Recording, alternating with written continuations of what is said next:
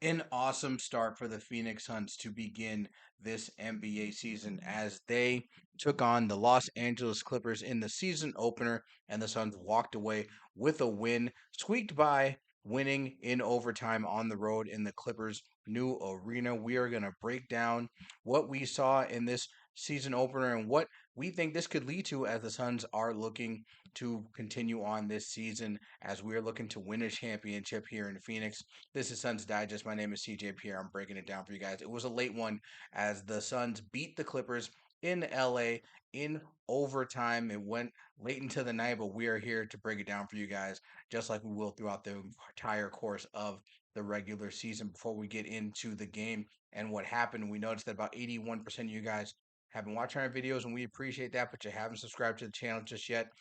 If you want to make sure you're keeping up to date with all the latest Phoenix Suns news and updates, make sure you hit that subscribe button so you don't miss a thing. Now, we are going to be breaking down this game as the Suns were able to close out the Clippers in overtime. It was a back and forth game throughout. The Suns pretty much had control early on, but then the Clippers came storming back with a lot of great shots from James Harden and then some contributions from the complementary pieces on the Clippers roster, and the Clippers were able to pull ahead. But Kevin Durant, Devin Booker, Bradley Beal, they were able to help lead the charge as the Suns were able to come roaring back in the fourth quarter, come back and send the game into overtime where KD and Bradley Beal were able to close it out. We're going to get into all of the details as you can take a look. The Suns had a very good first half, went into the half leading by 8 points. But then it was that third quarter where the Clippers really made their move,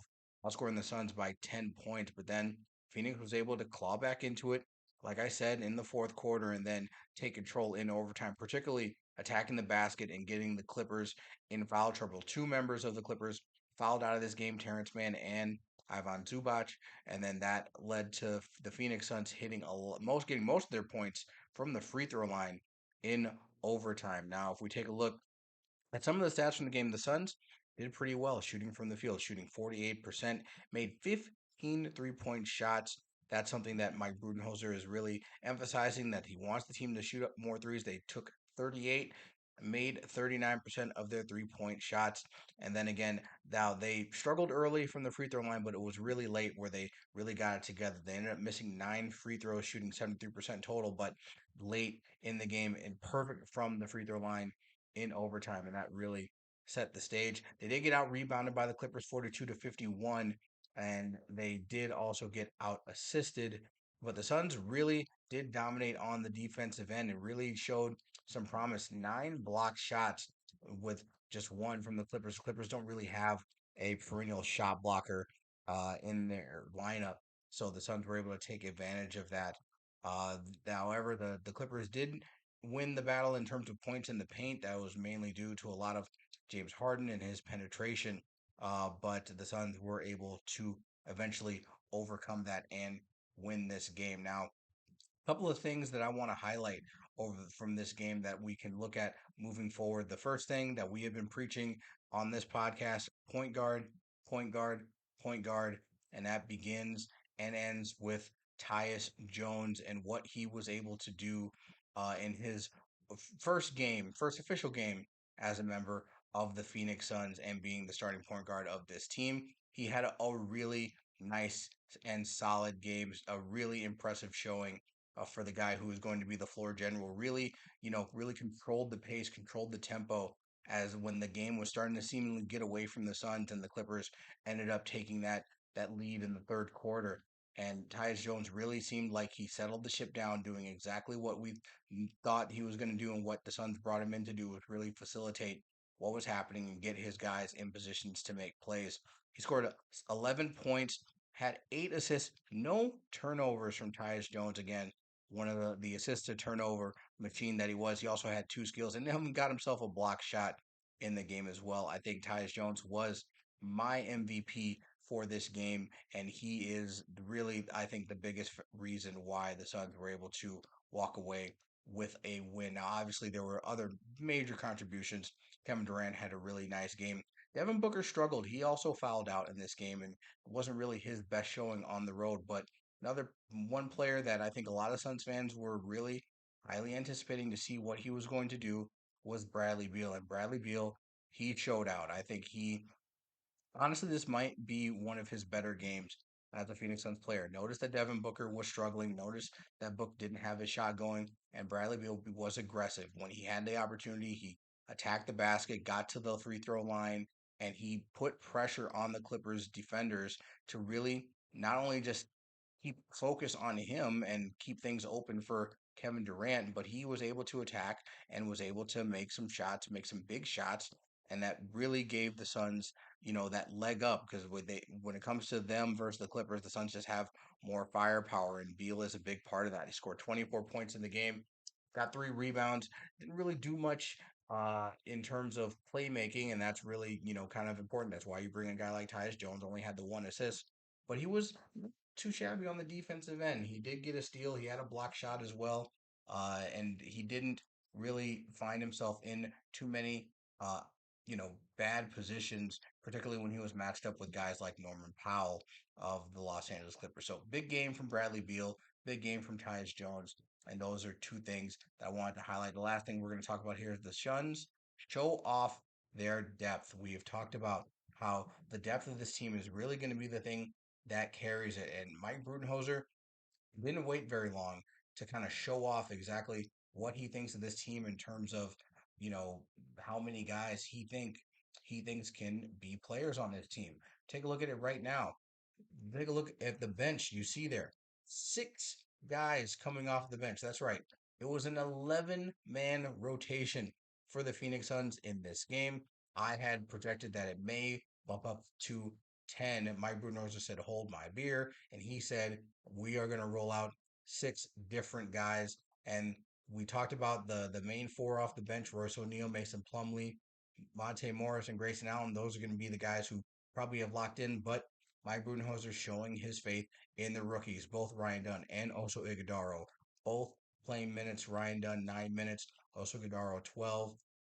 Ryan Dunn, he only shot 1 for 5 from the field. The one that he made a really nice cut to the basket and getting into the lane. He did also have 3 fouls. Struggled a little bit in terms of guarding guys like James Harden. He did foul James Harden on a 3-point attempt where James Harden did one of those crafty, coming underneath moves as Ryan Dunn kind of had his hand in the cookie jar there. That's something he's going to learn with time, going up against a guy like James Harden and uh, first ballot Hall of Fame player. I mean, it's going to happen from time to time. Also, Iguodaro also showing out 6 rebounds in the 12 minutes that he was on the floor, and he also had a block shot himself. I think the Suns rookies really, benefited, from playing with some of these star players and really, show off their athleticism and, allowing to spell some of these guys some minutes. Something interesting to note, particularly that maybe we'll talk about it, as time goes on and we get further along into the season, was the end rotation. Yusuf Nurkic on the bench. I really think that was primarily due to the Clippers, being a relatively small team with Zubac really being their only big man that they run out on for significant minutes. But the Suns playing small with Kevin Durant at the 5, Royce O'Neal on the bench, off the bench, playing more minutes than Nurkic did in this particular game. I don't know if that's something that we're going to see on a regular basis. I think that was probably more this game specific, but the Suns really doing a great job showing off their bench, showing off their versatility, and I think they just showing off the amount of reliable bodies that they can throw at any opponent on any given night. This was the first game. We're going to see probably a lot of different rotations, but the fact that we saw 11 guys play in this game, all of them almost double-digit minutes, I think that says a lot in terms of what Mike Budenholzer thinks of this team. And we are going to get another look at this team very, very soon. It's going to be right down the pipe as we get ready for the home opener this Saturday as the Phoenix Suns take on the Portland Trailblazers. My apologies, that's not this Saturday. That's going to be next Saturday. That's going to be next week where they play the Portland Trailblazers. Their next game is not is going to be coming up soon as well. But we will see the Suns in action, and we are going to be able to enjoy that. I think the Phoenix Suns are going to be one of the teams to beat in the NBA. This is, like I said, championship or bust season. I think the Phoenix Suns are going to be entertaining. And again, the depth of this team is really going to be something to watch going forward. We'll see if the rookies can maintain in the rotation. We'll see if guys like Josh Okogie, Bull end up working their way into the rotation. It's probably going to be game to game. Not everything is going to be, set in stone. I think we're going to have to see how the rookies develop, how they mesh with some of the star players, and we'll have to go from there. But I really do believe that the Phoenix Suns will be uh, one of the better teams to look out for. The Suns' next game actually will be on Friday as they take on the Los Angeles Lakers. That will be on the road as well. So apologize for that mistake, but Suns will be taking on the Lakers before their home openers this coming Saturday against the Dallas Mavericks. That's the correct info right there. But we're gonna have all the updates for you guys right here on Suns Digest. We keep up to date with all of your latest Suns news and updates as we go throughout the course of the season. Make sure you hit that subscribe button so you don't miss a thing from us. That's all the time I got for you guys. Again, it was a late one. It's going to be a good time. We're probably going to have a few late nights, especially covering these West Coast teams, but it's all fun and games, and we love keeping up to date with you guys. So stick with us. Hit us up in the comment section. Let us know anything else you want to talk about, and we'll have much more on this game coming tomorrow. That's all the time I got for you guys. Thanks for kicking it with us. This has been Suns Digest. My name is CJ Pierre, and go Phoenix Suns.